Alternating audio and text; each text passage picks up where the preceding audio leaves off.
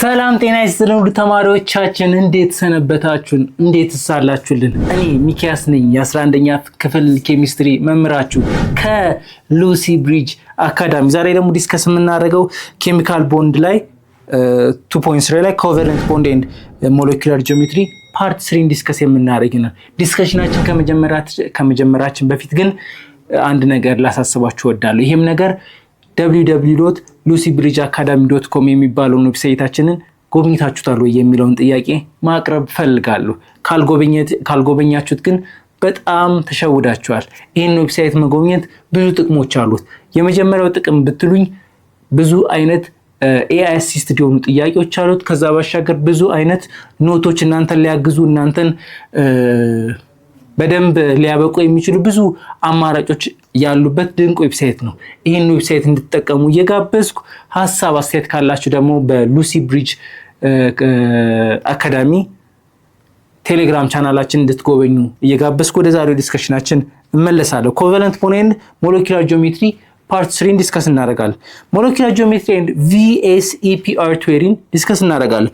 ሞለኪውላር ጂኦሜትሪ is three-dimensional arrangement of the atom in a molecule። ስለዚህ ምንድነው አሬንጅመንቱ ምን ይመስላል? ጂኦሜትሪ ማትስ ላይ ስትማሩ ምን ትዝ ይላችኋል? ስለ ጂኦሜትሪ ፓርት ላይ ትራያንግል፣ ሬክታንግል፣ ስኩዌር፣ ፔንታገን፣ ሄክሳገን እያላችሁ ተምራችኋል።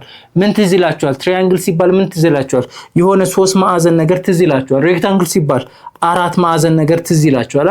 ምን ስለሆነ 4 ማዕዘን እንዴት ነው አሬንጅ ሆነው 4 ሳይዶች እርስ በርስ ተገጣጥመው የሚፈጥሩት ትራያንግል ነው እንላለንና 3 ሳይዶች ደግሞ እርስ በርሳቸው ተያይዘው የሚፈጥሩት ምንድነው ትራያንግል ነው እንላለን። ስለዚህ ጂኦሜትሪ ሲባል ምን ማድረግ ነው? አሬንጅመንታቸው ማለት። ስለዚህ የሬክታንግል አሬንጅመንት ምንድነው? 3 ሳይዶች አንድ ላይ 4 ሳይዶች አንድ ላይ ተያይዘው የሚፈጥሩት ነው። ልክ እንደዛ ሁሉ ተመሳሳይ ነው። ለምሳሌ ካርበን ዳይኦክሳይድ እንዴት አድርጎ ነው ከኦክሲጅን ጋር አሬንጅድ ሆነው የሚለውን የሚያሳየን ነገር ደግሞ ምን ይባላል? ሞለኪውላር ጂኦሜትሪ እንላለን። የኬሚስትሪው ምንድነው?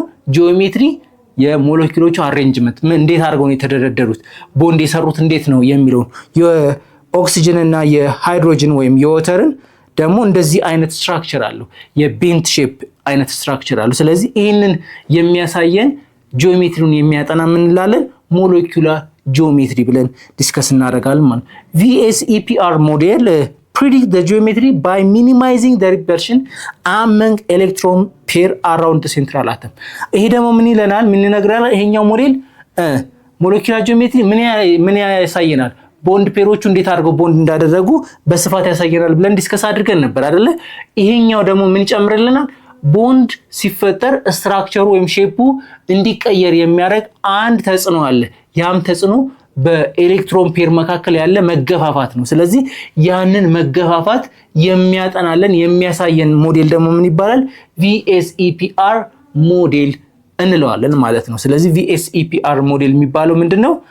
በኤሌክትሮን መካከል ከስሙ እንደምንረዳው ቫለንሲ ኤሌክትሮን ፔር ሪፐልሽን ቲዮሪ ነው። ስለዚህ በኤሌክትሮፔር መካከል ያለውን መገፋፋት እና ሳይዙ ምን እንደሚሆን የሚያሳይ። ለምን እንደዚህ ሆነ? ለምንድነው የሃይድሮጅን እና የኦክሲጅን ሼፕ የወተር ሼፕ እንደዚህ ሆነ? የካርበን ዳይኦክሳይድ ሼፕ ደግሞ ሊኒየር ለምንድን ነው የሆነ? የኛው ቤንት ሼፕ ለምንድን ነው የሆነ እንደዚህ ሆነ የሚለውን የሚያጠናልን ነው ማለት ያሳይ። ለምንድን ነው ይሄ ሆነው? ቢኮዝ ኦፍ ሎይ ፔር የሚባሉ ሴንትራል አተሙ ላይ ያሉ ቦንዲንግ ፔር ላይ ወይም ቦንድ ሲፈጠር ፓርቲሲፔት ያደረጉ ምን አሉ? ኤሌክትሮኖች አሉ። በነዛ ኢፌክት ምክንያት ምን ያደርጋል? ቦንዱ ምን ያደርጋል? ይጠባል ወይም ቤንት ሼፕ ይሰራል ማለት ነው። የዚህን ትምህርት ሙሉ ክፍል ማግኘት የምትፈልጉ ከሆነ በሉሲ ብሪጅ አካዳሚ ዌብሳይታችን ወይም በሞባይል አፕሊኬሽናችን ማግኘት የምትችሉ መሆኑን እየገለጽን መልካም ትምህርት እንላለን።